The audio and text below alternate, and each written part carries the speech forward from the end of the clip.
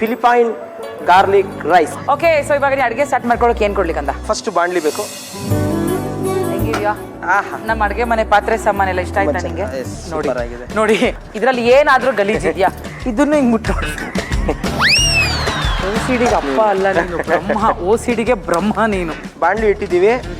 ಬಾಣ್ಲಿ ಸ್ವಲ್ಪ ಬಿಸಿ ಆಗ್ತಿದ್ದ ಹಾಗೇನೆ. Okay, so ಇವತ್ತು ನಾವು ನಮ್ಮ ಕಿಚನಲ್ಲಿ ಬಳಸ್ತಾ ಇದ್ದೀವಿ ಫ್ರೀಡಮ್ ರಿಫೈನ್ಡ್ ಸನ್ಫ್ಲವರ್ ಆಯಿಲ್. ನೋಡ, ಆ್ಯಕ್ಚುಲಿ ನಮ್ಮ ಫ್ರೀಡಮಲ್ಲಿ ಕಡಿಮೆ ಎಣ್ಣೆ ಯೂಸ್ ಮಾಡಿ ಜಾಸ್ತಿ ಅಡುಗೆ ಮಾಡ್ಬೋದು. ಸಾಕು ಸಾಕು ಬಿಡಂಗಾದ್ರೆ ಸಾಕು. ಎಸ್, ನಮ್ಮ ಫ್ರೀಡಮ್ ರಿಫೈನ್ಡ್ ಸನ್ಫ್ಲವರ್ ಆಯಿಲ್ ಇದೆ ಅಲ್ಲ, ಇದು ನಮ್ಮ Gemini edibles and fats India limited ಕಂಪನಿಯಲ್ಲಿ ರೆಡಿ ಆಗ್ತಾ ಇರುವಂತ ಆಯಿಲ್. ಸೊ ಈ ಕಂಪನಿಯಲ್ಲಿ ಸಾಕಷ್ಟು ಹೆಲ್ದಿ ಆಯಿಲ್ಸ್ ಇದೆ. ಫ್ರೀಡಮ್ ರಿಫೈನ್ಡ್ ಸನ್ಫ್ಲವರ್ ಆಯಿಲ್ ಇದು ನಾವು ಬಳಸ್ತಾ ಇರೋದು. Freedom Kachi Ghani mustard oil, freedom groundnut oil, ಈ ತರ ಡಿಫ್ರೆಂಟ್ ಆಯಿಲ್ ಗಳು ಸಿಗುತ್ತೆ. ಅಂಡ್ ಈ ಆಯಿಲ್ ನ ಬಳಸಿ ಮಾಡಿರುವಂತಹ ಯಾವುದೇ ಅಡುಗೆನ ನಾವು ಗಿಲ್ಟ್ ಫ್ರೀ ಆಗಿ ತಿನ್ಬಹುದು. ಯಾಕೆಂದ್ರೆ ಸ್ವತಃ ಬ್ರ್ಯಾಂಡೇ ಹೇಳುತ್ತೆ freedom to eat, freedom to enjoy. Freedom refined sunflower oil ಇಂಡಿಯಾದಲ್ಲೇ ಅತಿ ಹೆಚ್ಚು ಸೇಲ್ ಆಗ್ತಾ ಇರುವಂತಹ ಆಯಿಲ್. ಇದನ್ನ ಮಾಡರ್ನ್ ಫೆಸಿಲಿಟೀಸ್ ಅಲ್ಲಿ ಮಾಡಿರುವಂತ ಆಯಿಲ್ ವಿತೌಟ್ ಹ್ಯೂಮನ್ ಟಚ್. ಇನ್ನೊಂದು ಸ್ಪೆಷಲ್ ಏನಪ್ಪಾ ಅಂತಂದ್ರೆ ಕಡಿಮೆ ಎಣ್ಣೆ ಬಳಸಿ ಜಾಸ್ತಿ ಅಡುಗೆ ಮಾಡ್ತೀವಿ. ಇವಾಗ ಚಿಕ್ಕದಾಗಿ ಚಾಪ್ ಮಾಡ್ಕೊಂಡಿರೋ ಅಂತ ಎಷ್ಟ ಕಣ, ಒಂದು ಇಡೀ ಬೆಳ್ಳುಳ್ಳಿ ಸ್ವಲ್ಪ ಗೋಲ್ಡನ್ ಬ್ರೌನ್ ಆಗೋ ತನಕ ಹುರಿದಿಟ್ಕೊಳ್ಳೋಣ. ನಂಗೊಂದು ಚಿಕ್ಕ ಪ್ಲೇಟ್ ಬೇಕು. ಪ್ಲೇಟ್ ಬೇಕಾ?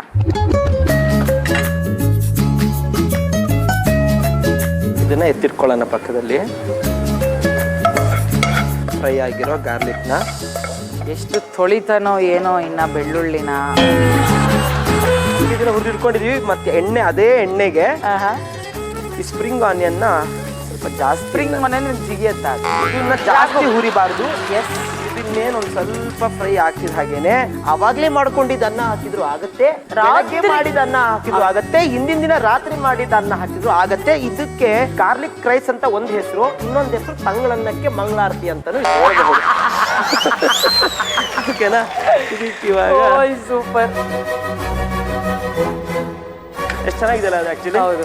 ಈಗ ಯೂಶಲಿ ಯಾರಾದ್ರೂ ಬಂದ್ರೆ ನಾವೇನ್ ಕೇಳ್ತೀವಿ, ನಿಮ್ಗೆ ಏನ್ ಬರುತ್ತೆ ಅಂತ. ರಾಘು ನಾನು ಕೇಳ್ಬೇಕು, ನಿಂಗೆ ಏನ್ ಬರಲ್ಲ? ಅವನು ನೀವು ಇಷ್ಟು ದಿನ ಏನು ಅವನ ಸೋಷಿಯಲ್ ಮೀಡಿಯಾ ಪ್ಲಾಟ್ಫಾರ್ಮ್ ಅಲ್ಲಿ ಅವನ ಅಟೈರ್ಗಳು ನೋಡಿರ್ತೀರ, ಅದಷ್ಟು ತಾನೇ ಸ್ಟಿಚ್ ಮಾಡಿ ಹಾಕೊಳ್ಳುವಂಥ ಡ್ರೆಸ್ಗಳು. ಸೊ ತುಂಬಾ ಚೆನ್ನಾಗಿ ಬಟ್ಟೆಗಳನ್ನ ಹೊಲಿತಾನೆ. ಒಂದು ಅದ್ಭುತವಾಗಿ ಪೇಂಟಿಂಗ್ ಮಾಡ್ತಾನೆ. ನನಗೆ ಮೊಬೈಲಲ್ಲಿ ಕ್ಯಾಪ್ಚರ್ ಮಾಡೋದಕ್ಕಿಂತ ಶೀಟಲ್ಲಿ ನನ್ನ ಕೈಯಾರೆ ಆ ಸೀನರಿ ನನ್ನ ಕಣ್ಣಿಗೆ ಹೆಂಗೆ ಕಾಣ್ತಿದೆ ಅನ್ನೋದನ್ನ ನಾನು ಕ್ಯಾಪ್ಚರ್, ಮೊಬೈಲ್ ಕಣ್ಣಿಗೆ ಹೆಂಗೆ ಕಾಣುತ್ತೋ ಅದು ಹಂಗೆ ಕ್ಯಾಪ್ಚರ್ ಮಾಡಿರುತ್ತೆ. ಬಟ್ ನನ್ನ ಕಣ್ಣಿಗೆ ಹೆಂಗೆ ಕಾಣುತ್ತೋ ಹಂಗೆ ಕ್ಯಾಪ್ಚರ್ ಮಾಡ್ಬೇಕಲ್ಲ, ಹಂಗಾಗಿ ನನಗೆ ಅದು ಇಷ್ಟ. ಇದಕ್ಕೊಂದು ಸ್ವಲ್ಪ ಉಪ್ಪು ಹಾಕೊಳ್ಳೋಣ. ರುಚಿಗೆ ಕಾಳು ಮೆಣಸು, ನನ್ನ ಫೇವ್ರೆಟ್ ಕಾಳು ಮೆಣಸಿನ ಪುಡಿ ಸ್ವಲ್ಪ ಜಾಸ್ತಿನೇ ಹಾಕೊಳ್ತೀನಿ, ನನಗೆ ಆ ಫ್ಲೇವರ್ ಇಷ್ಟ. ಆಮೇಲೆ ಒಂದು ಸ್ವಲ್ಪ ಸೋಯಾ ಸಾಸು, ಒಂದು ಇದು ಹಾಕಿದಾಗ ಟೆಕ್ಸ್ಚರು ಚೆನ್ನಾಗಿರುತ್ತೆ, ಅದೊಂದು ಫ್ಲೇವರು ಎನ್ಹ್ಯಾನ್ಸ್ ಆಗುತ್ತೆ. ಇವಾಗ ಆಲ್ರೆಡಿ ಸ್ವಲ್ಪ ಹುರಿದಾಗಿದೆ. ಇದಕ್ಕೆ ಫ್ರೈ ಮಾಡ್ಕೊಂಡಿರೋಂಥ ಗಾರ್ಲಿಕ್ನ ಇದ್ರ ಮೇಲೆ ಹಾಕೋಣ. ಇದಿವಾಗ ರೆಡಿ ಆಗಿದೆ. ಇದನ್ನ ಆಫ್ ಮಾಡೋಣ. ಇದಕ್ಕೆ ಹಾಕೋಣ.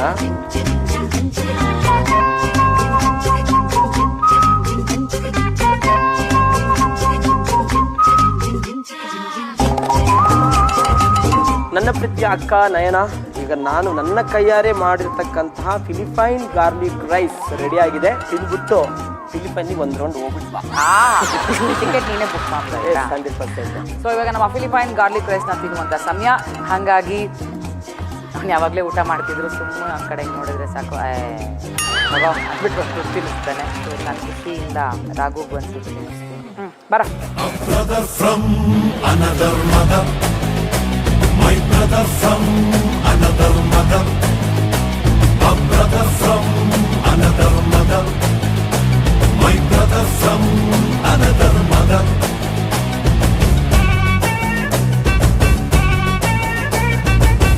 ಸಕ್ಕತ್ತಾಗಿದೆ ಆಕ್ಚುಲಿ. ಇವತ್ತು ನಿನ್ನ ಈ ಫಿಲಿಪೈನ್ ಗಾರ್ಲಿಕ್ ರೈಸ್ ಇಷ್ಟು ಸಖತ್ತಾಗಿ ಟೇಸ್ಟ್ ಬರೋ ಕಾರಣ ಏನು ಹೇಳು?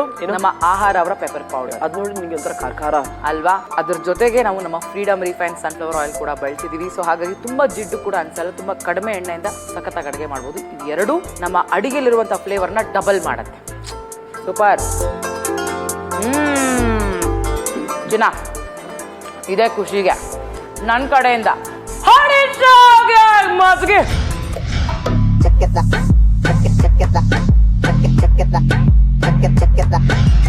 ಫಿಲಿಪೈನ್ಸ್ ಗಾರ್ಲಿಕ್ ರೈಸ್ ಮಾಡುವ ವಿಧಾನ.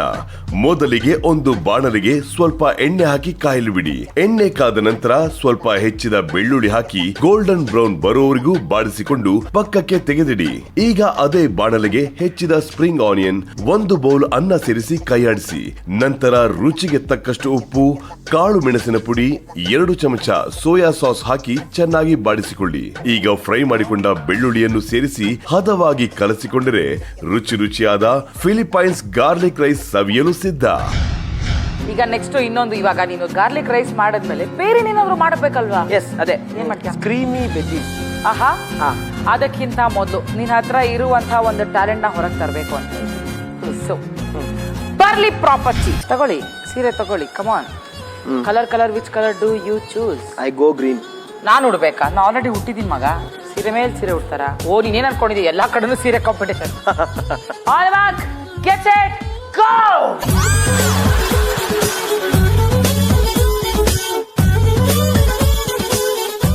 ಹೆಣ್ಮಕ್ಳು ಇನ್ನಂಗ್ ಹಿಡಿಯೋದು ನೆರಗೇನಾ?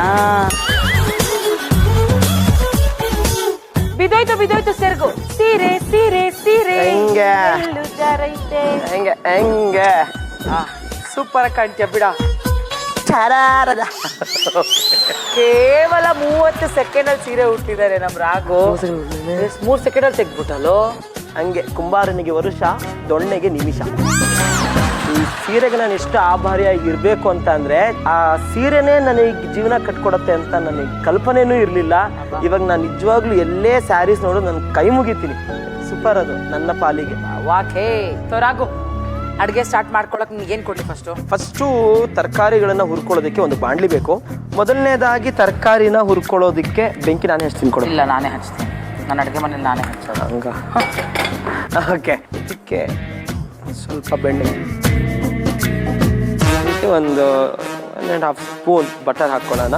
ಓಕೆ, ಇವಾಗ ಇದಕ್ಕೆ ಆನಿಯನ್ ಜಾಸ್ತಿ ಹಾಕ್ತಾ ಇಲ್ಲ ನಾನು ಇದಕ್ಕೆ, ಬಿಕಾಸ್ ತರಕಾರಿಗಳೇ ಬಾಯಿಗೆ ಸಿಗ್ಲಿ ಅಂತ ಹೇಳಿ ಸ್ವಲ್ಪ ಹಾಗೆ ಹುರ್ಕೊಂಬಿಡೋಣ. ಒಂದು ಚೂರು ಉಪ್ಪು ಹಾಕ್ಕೊಳ್ಳೋಣ ಆನಿಯನ್ ಹುರಿಯೋದಕ್ಕೆ, ನನಗೆ ಇದು ಅಭ್ಯಾಸ ಯಾವಾಗಲೂ. ಇದಕ್ಕೆ ಮಶ್ರೂಮ್ ಹಾಕ್ಕೊಳ್ಳೋಣ. ಸೋಫಾರ್ ನೀ ಮಾಡಿದಂತಹ ಎಷ್ಟೋ ಪಾತ್ರಗಳಲ್ಲಿ ಮನಸ್ಸಿಗೆ ಹಿಡಿಸಿದ್ದು ಯಾವ ಪಾತ್ರ? ಉಮಾಶ್ರೀ ಅಮ್ಮಂದೆ. ನಾವು ಬೀನ್ಸ್ ಹಾಕೋಣ. ಇದಕ್ಕೆ ಒಂದು ಸ್ವಲ್ಪ ಕ್ಯಾರೆಟು, ಕಾರ್ನ್ ಒಂದು ಸ್ವಲ್ಪ ಹಾಕ್ಕೊಳ್ಳೋಣ, ಆ್ಯಂಡ್ ಬ್ರೋಕೊಲಿ.